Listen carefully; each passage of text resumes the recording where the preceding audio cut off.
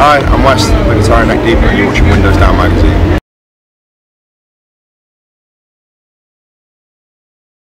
An actual studio this time, whereas like every other time we've ever done it, it's always just been like Ben's brother's bedroom with like Seb. We wrote it all last year on Warp when we were like just on the bandwagon and stuff. We flew Seb out for a week, so we've been writing, but all of us were like completely clueless when it comes to actually recording anything like on an actual computer. So we flew Seb out for a week. And then he just helped us track it. And, I mean, it was way, I don't know, easier than we thought it would be. We had more time to write than we have ever had. And I don't know, it just ended up working out really well.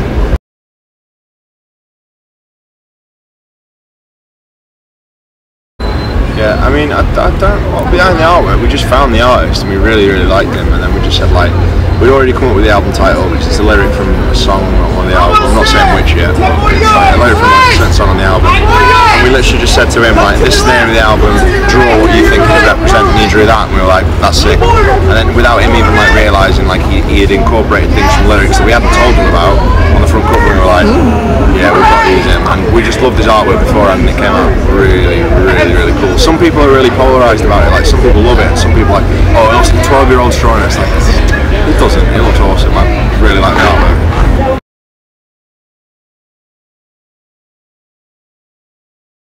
What he ended up doing is, the idea came because he sent us a sheet over with just 6 extra designs on it, and you can use these for shirts, and he included it with it. We were like, we can use it for shirts, but why? We thought like it might be kind of cool for Warped Tour to like do the different vinyl covers just to see how it would go, and it's been going well so far. So yeah, I can't think of any other band who's done like 6 different pre-orders for one album, but it looks good so far. I mean, the variant being the cover, like the vinyl is still like, it's a Warped Tour variant, you'll only get the Warped Tour vinyl on Warped, but then the actual covers itself, they're different by the week, which I think is quite cool.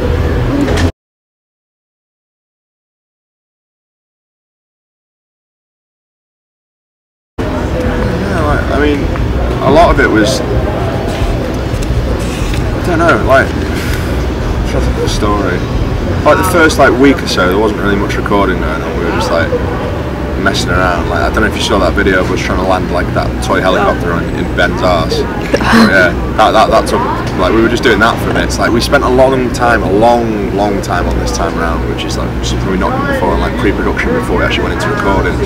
So normally we'd write whilst we were recording, but this time we spent like a month like fine-tuning the song, just making sure that everything was like good to go as soon as we hit the studio properly. So at least then, like, we would just be recording, we wouldn't be doing anything else. So like, that's something we haven't done before. It's like something not a lot of people know about, I don't think.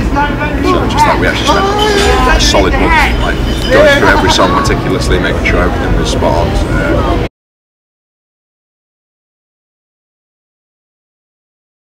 So, we did. The album was recorded.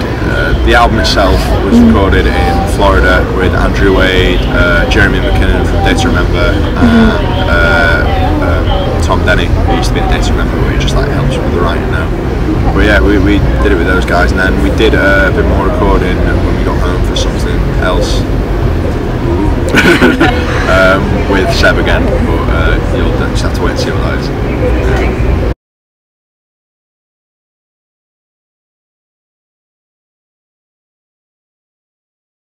There's a guy back home at the minute who like we're all like we've become like really good friends with. Like our old bands that we used to be in years ago, used to play with his band, and he's just like, he's only like recently started tattooing. His name's Lee Corley. He works out of Chester. He's done a couple of pieces of my leg, and then we just started on my front as well. Like, I'm getting my whole front done. Which, forewarning, if you ever think of doing it, don't. It sucks. It hurts so much. But yeah, I'd definitely check his stuff out. He's like the nicest guy, and I don't know, like, he's like, he does good work for good prices. He's not like obscenely like priced, but he's just the best dude. Like, we've become like really good friends with him. So yeah, get tattooed by Lee.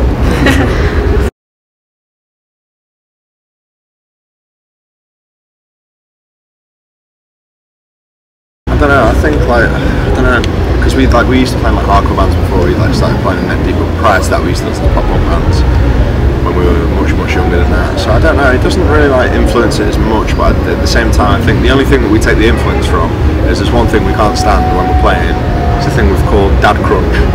So like dad crunch guitar tone, where it sounds like your dad's playing guitar or something. So we still like use like high driven amps and everything that we would have used back then. We've not really changed on that front. So I mean, I suppose the live show as well, like to keep it energetic, like you would see like a hardcore show. Like, I mean, you don't go and see a band live to see a note for note perfect representation of their album. If you're going to do that, you just sit at home and listen to it. So I don't know, I think the energy that we put forth from it still like stems back from that, because we used to move around a lot in our old bands, and then I don't know, we just kind of never stopped doing it. So I can see the influences there, but the songwriting not so much. I mean, definitely the live show, not like the album.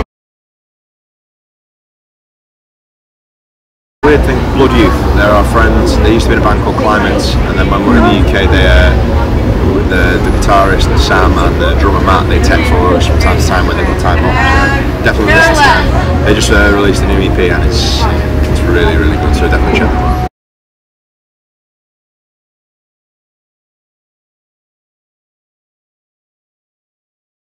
I don't know, like in terms of the grounded thing, it's like we always think like if we went up to our favourite band and they were horrible to us, it'd be the worst thing in the world. So like I don't know, like we are just still 5 normal people. Like I don't think if it was going to affect us, it would have affected us like 6 months ago or like a year ago. So I just think we are just like 5 normal, weird like lads from like the north of England. It's like I just don't know. I just don't think we're not the type of people that will ever develop an ego or anything like that. We're just like the kind of like we're just too laid back. I don't know.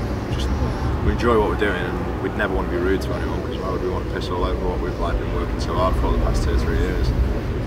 Just be nice to people, and people will be nice to you. It's the easiest way to talk about it, really. I think. 3 years. 3 years? Oh wow. Just 3. 2 Warped Tours now. Yeah, 2 Warped Tours in that space of time is insane. So I mean, like considering like it wasn't even meant to be a band, it was just like a side project that got grossly out of control very quickly, and then ended up taking over our lives. It's fine by me, because I mean this is what I do now. I don't work a job when I get home. I can sustain myself comfortably. Like I'm not a millionaire or anything. I'm not flying around with a private jet or anything like that. I mean, not yet. Pay my rent and that's all I need. It's awesome.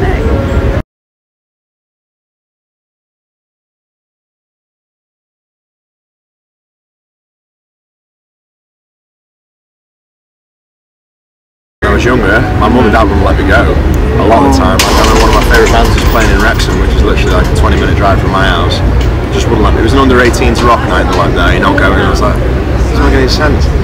But I don't know, it's kind of hit and miss. Like they were always a bit. My parents like very like protective about stuff like that when I was a bit younger. But then when I was finally of the age to go to shows, I was just going all the time, like non-stop. Every local show I go to, I wanted to be in every local band that I possibly could. There was a running joke for a while, like if there's a band like in the Wrexham area, I was probably in it at some point. But yeah, I don't know, like not so much because I didn't really like go to shows when I was younger. But the minute I hit the age like 18 and stuff, I would go all the time. Any opportunity I was given. It's normally we always do all ages shows. Like we just do. There's no point in doing an 18 plus. We do like it'll be like all ages, so you can be 18 and over and drink at the bar. You just need ID and a wristband. Yeah. It's just up to the security to police and all.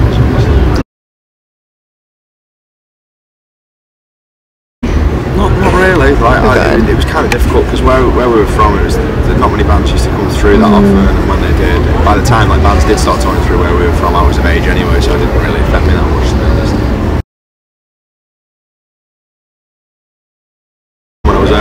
See them. To be honest, not from recent memory. I mean, like there used to be a few bands that had come over on like a big like Kerrang tour or something. Kerrang's like a big like music publication in the UK.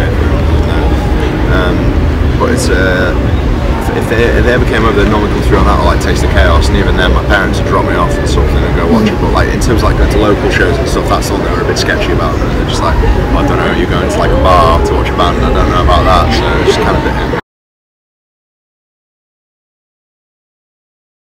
I'm the only one in the band that really like buys it and collects it. So I mean, I go through stages. Like luckily for us, we get to go through like a lot of like independent record stores and stuff to do in-stores and things.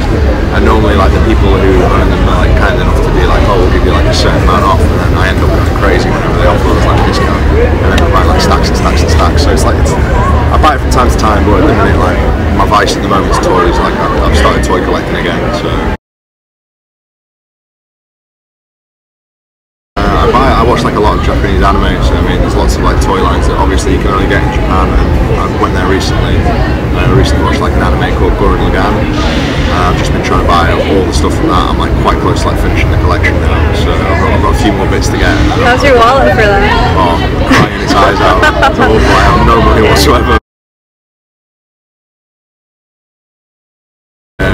It happened last time. I was honestly going with the intention this time of buying 1 or 2 things. Day one, not happening. Like Gurren Lagann toy, which works out about $200. If I find that, I'm probably going to buy it. Yeah. But I didn't find it this time. They wouldn't give me from the cinema. I asked so many times, but yeah. Sucks. I tried.